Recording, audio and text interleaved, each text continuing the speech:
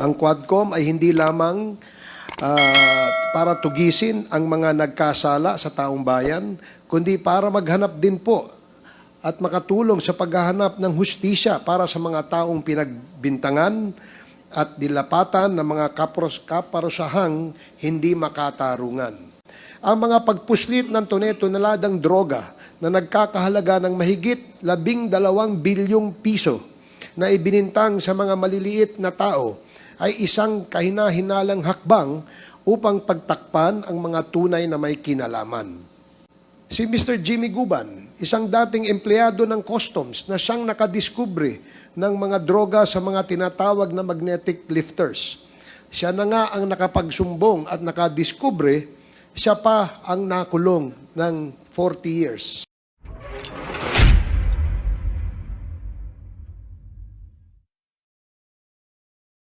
Last year, we have unmasked and identified several personalities who got involved with criminal syndicates and engaged in illegal activities in the country like illegal pogos, money laundering, human trafficking, kidnapping, murder, illegal drug trade, smuggling, extrajudicial killings, illegal land acquisitions, fake citizenships, bribery, graft and corruption, and use of the government and its resources in furtherance of these illegal acts.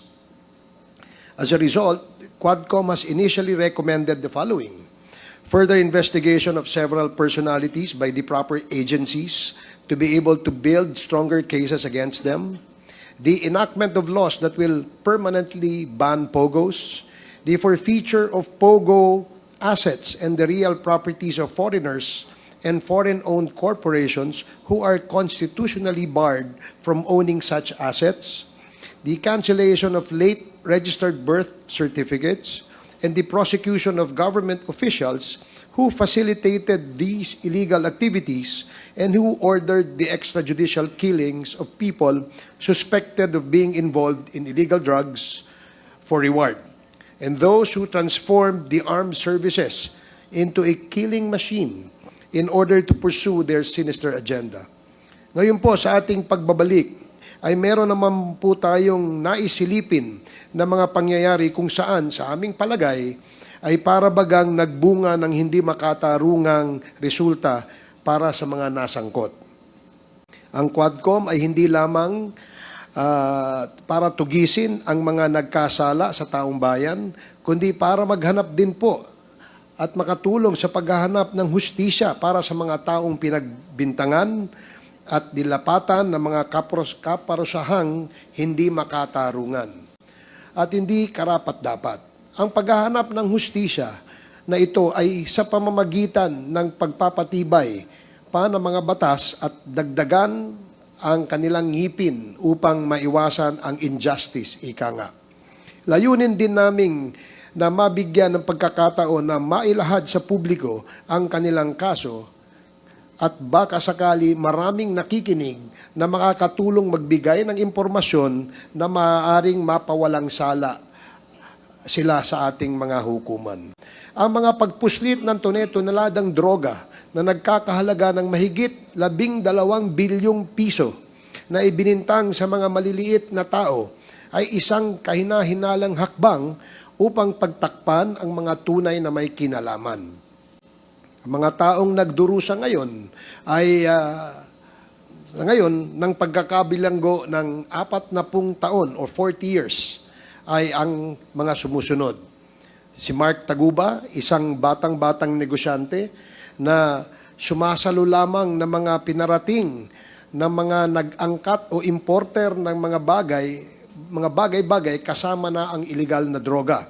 Wala siyang alam sa laman ng containers na kanya lamang tinatanggap bilang consignee ng mga taong kausap naman ng mga pinanggalingan ng mga kargamento na nag-ipon naman ng mga orders o binili ng mga maraming tao at inilagay sa isang container. Wala po ba kayang reasonable doubt sa kanyang pagkakaugnay dito? Si Mr. Fidel Anoche D., isang matandang bantay sa bodega o bodigero na tumanggap ng ipinain na droga ng mga PIDEA agents sa isang pamamaraan na tinawag nilang controlled delivery, subalit sa paraang taliwas sapagkat ang mga droga ay kinuha mismo ng mga ahente sa lapag ng isang warehouse at isinakay sa isang container van at truck at i-deliver sa isa pang bodega na pagmamayari ng iba at ipinatanggap sa bodegero na walang kamalay-malay. Ang bodegero ay kinasuhan at ngayon ay nagdurusa sa loob ng bilangguan. Wala din po bang reasonable doubt sa kaso niya? Ang ginawang controlled delivery ay nagpatibay noon sa hearings ng Committee on Dangerous Drugs kung saan mismong ang PIDEA ang nagsalaysay na umano'y inabutan nila ang mga droga sa Hongfei warehouse na nakalabas na sa container at ito'y nasa lapag na. Dinagdag din noon na nagalit pa nga ang Director General ng PIDEA sa mga ginawa ng mga customs personnel sa pangunguna ni Customs Commissioner Faildon sapagkat nagalaw na raw ang ebidensya. Si Mr. Jimmy Guban, isang dating empleyado ng customs na siyang nakadiskubre ng mga droga sa mga tinatawag na magnetic lifters. Siya na nga ang nakapagsumbong at nakadiskubre, siya pa ang nakulong ng 40 years. Inimbestigahan din ito ng Committee on Dangerous Drugs noong 2018. At ako pa rin ang tumatayong chairman noong panahong yon. Hindi po ba may reasonable doubt na sa kaso niya kasi siya nga ang nakadiskubre ng droga? Si Miss Jed Pilapil C., asawa ng sinasabing Chinese drug lord sa Davao City. Sari-saring bintang ang ipinatong sa kanya dahil lamang asawa siya ng isang pinaghihinalaang drug lord na hanggang sa oras na ito ay sinasabing at large o hindi matagpuan. Kinuha sa kanyang tirahan ng walang warrant of arrest at hindi na pinalaya mula noon. Sa pilitang hiniwalay sa kanyang noon ay sanggol na anak. Pinapirma ng waiver sapagkat siya ay kinuha ng walang warrant na nangangahulugang kidnapping at mula nga noong Enero 2005 ay ikinulong na hanggang sa kasalukuyan. Si Mr. Jong Pilapil, kapatid ni Miss Jed Pilapil C., na ilang buwan pa lamang sa Davao City sapagkat pinakiusapan ni Jed na magbantay sa kanilang tindahan. Nasa ibang probinsya, si Jong nang pinagbintangan siyang kasabwat sa illegal na droga doon sa Davao City at mula noon hanggang ngayon ay nakakulong. Ilan lamang sila sa mga nagdurusa na parang mga walang kasalanan. Ang mas mahalagang tanong na dapat sagutin ng mga nag-akusa sa kanila ay ito.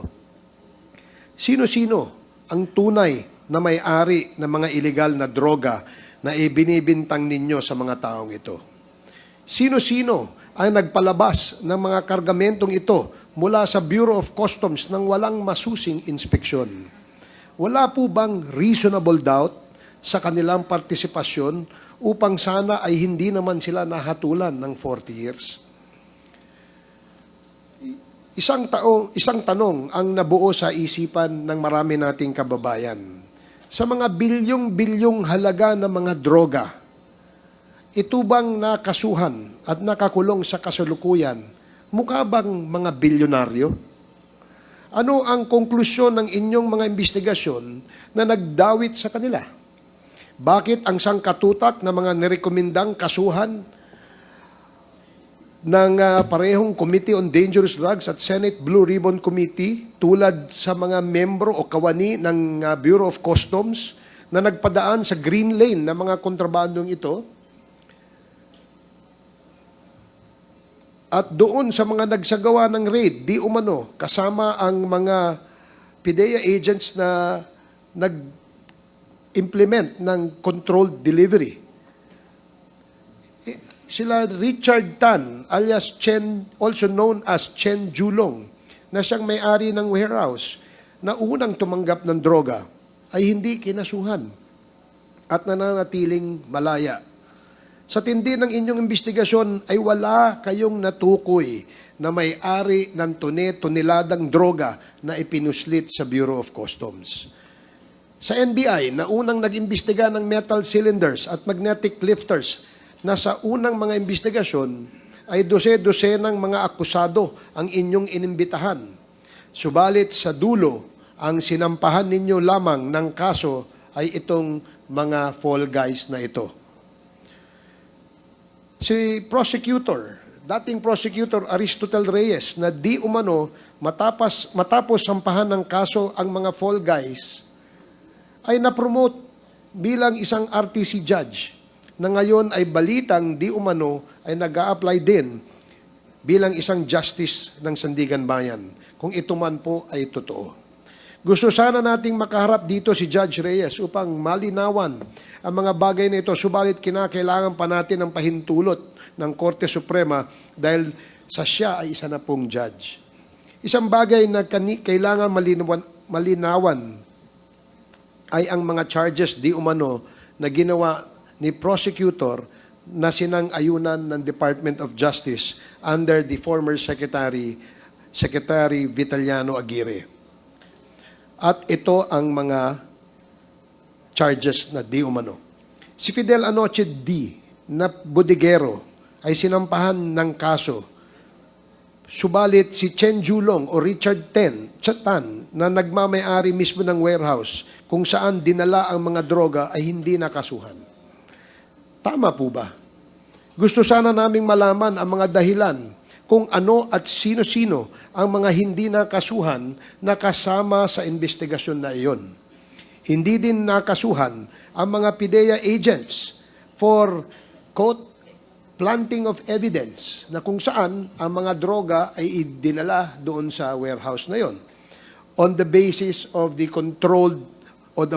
bungled controlled delivery. Mismong si former Director General Wilkins Villanueva ang naglahad nito sa Committee on Dangerous Drugs sa aming mga pagdinig. Hindi din kinasuhan ang mga tauhan ng customs na nagpalabas ng kargamentong may lamang droga, di umano, at sa halip ay kinasuhan si Mark Taguba ng conspiracy to import drugs at kung tama ang impormasyon ay facilitating the smuggling of drugs from the Bureau of Customs kung saan wala naman po siyang kontrol. Sino po ba ang tunay na may-ari ng mga drogang ito? Ang mga tunay na nag-angkat o nag-import nito? Ang mga may impluwensya sa mga tauhan ng customs na siyang nagpalabas ng kargamentong ito na walang inspeksyong ginawa. If these people who are now going to spend the good years of their lives in jail are indeed guilty, the investigators should not have stopped with them, but should have determined the real culprits. If, however, these people are necessary fall guys in order to cover up for the truth, then we have committed a grave injustice which we are now compelled to rectify. A person's right to life and liberty is God-given.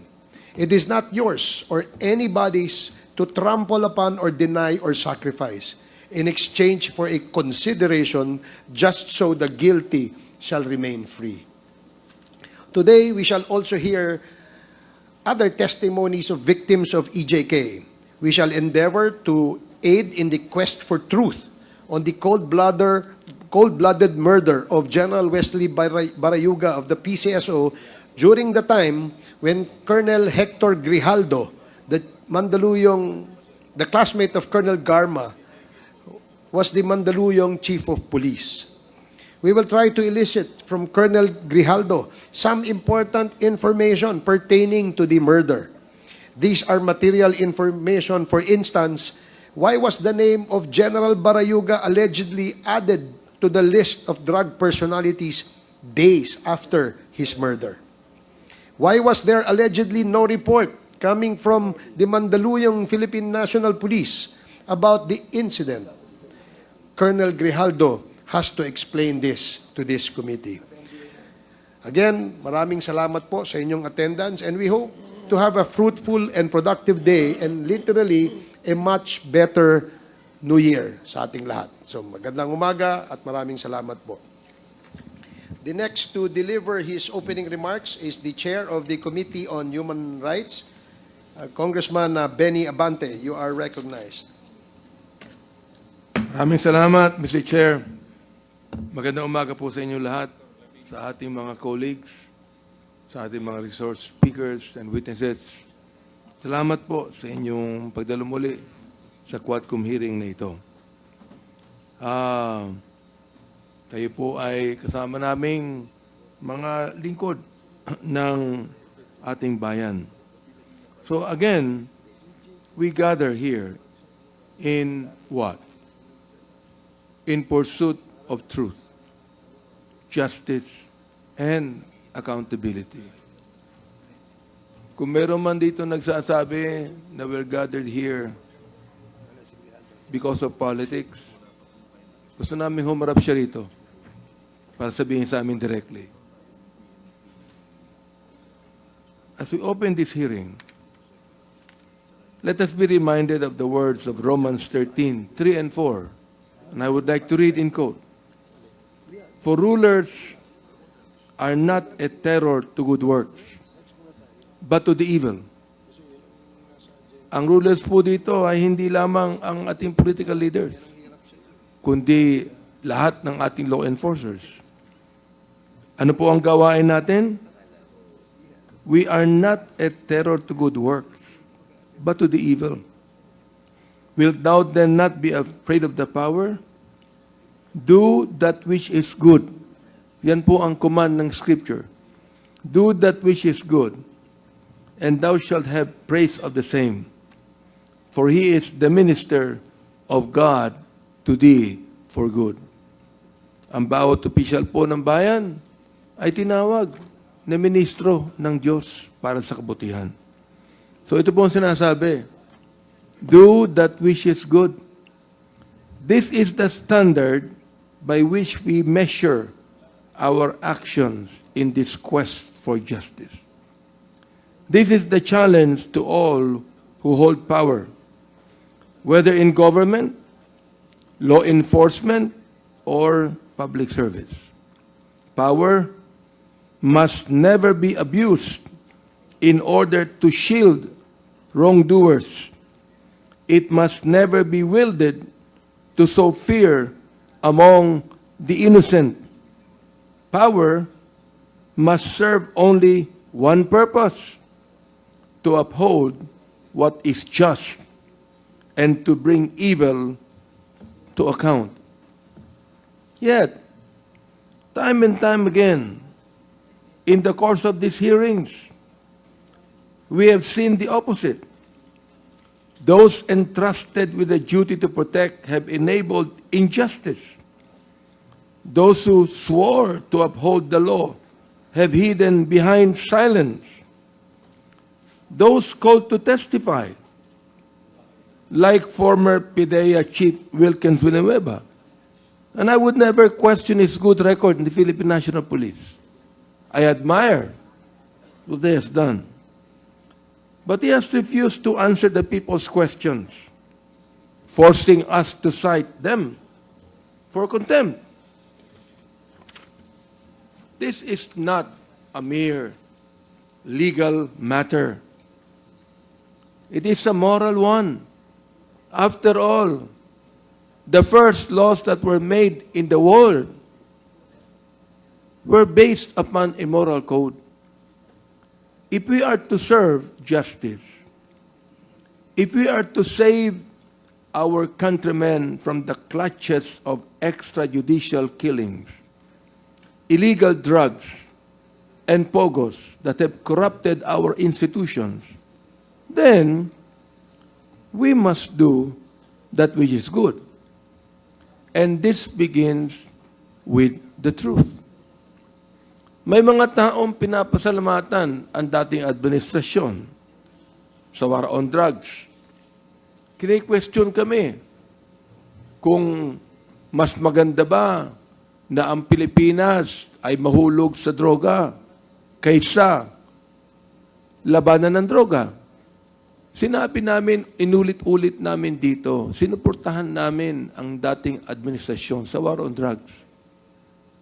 Binanggit ko sa ating former president, ang hindi ko lang maintindihan kung bakit kinakailangang pumatay ng more than 30,000 people para mawala ang drugs.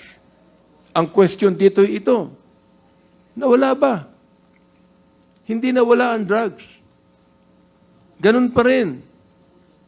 Ang inaakala po namin dito, ay baka naman tinanggal natin ang kompetisyon para ang maiwan na lamang sa drug trade ay yung mga nasa kapangyarihan. Yun ang nais kong sabihin. Oho, ayaw po natin mahulog ang bansa sa droga. Ayaw po natin yan. Pero ayaw din natin na ang buong Pilipinas maging killing fields. Na pumatay tayo, na hindi sinusunod ang ating saligang batas. Dito po, ay atin nang nakita. Nung tinanong namin, bakit binaril to? Bakit pinatay ito? Sapagkat order po ito ng aming nakakataas. Kahit po ba ang order na nakakataas ay hindi ayon sa saligang batas, susundin ng ating mga law enforcers? Ano po ang sagot ng ating mga ibang law enforcer officials? Hindi po. Dapat sundin ang saligang batas. Ang ating Senador Boto de la Rosa, nung tinanong siya, ayaw naman yung humarap sa amin. Pinapaharap namin para maging malinaw lahat ng bagay. Anong ginagawa niya? Nagpupunta sa media. Kung ano-anong pinagsasabi niya. Sinisipan niya ang mga kapulisan na alam nila ang batas. Hindi nila dapat sundin ang nakakataas sa kanila kung naniniwala sila na hindi ito ayon sa batas. Pero sinunod Di ba? Now, yet, kahit na po sa kanya mga bagay, mga kababayan, I am not without hope. Mga kasama, the Quadcom was not convened to chase imaginary shadows. We are here because lives have been lost, because families have been torn apart, because organized crime operating under the guise of legal businesses has found protection in our own institutions, because a few law enforcers, hindi namin nila lahat, a few law enforcers have chosen to become instruments of terror instead of being ministers of justice. As I've said, hindi kami nawawala ng pag-asa dito. For history and experience tell us that there is always hope in the pursuit of righteousness. Hope that those who were once silent in the face of injustice will now have the courage to speak. Sinabi ko po yan sa Committee on Human Rights na huwag na kayong matakot sapagkat gumagawa na tayo ng paraan upang ma-address ang problemang ito. Pero nais kong sabihin sa ating mga kababayan, marami pa rin naging biktima ng pagpatay ay natatakot lumabas. Bakit natatakot? Yan po ba ang ibig sabihin ng leadership? Manakot tayo ng tao para sumunod sa atin? O maging halimbawa tayo ng tamang panunungkulan para ang tao at ang bayan ay sumunod sa atin? Hope that those complicit in wrongdoing will find the resolve to make things right. Hope that we, as lawmakers and public servants, will not allow fear or convenience to dictate the course of justice. To those who come before this committee, to those who still hesitate, to those who are reluctant and afraid to speak the truth, do that which is good. Not for us, not for politics, but for your countrymen who have suffered in silence. For the time for evasion has passed. The time for justice is now. Let these hearings be evidence of our commitment and proof of our resolve. We seek not vengeance, only truth. We wield this power not for personal gain, but for our people. And we will not stop until the evildoers who have plagued our country are unmasked, until justice is restored, and until righteousness prevails. Ano man ang pananakot na ginagawa sa amin.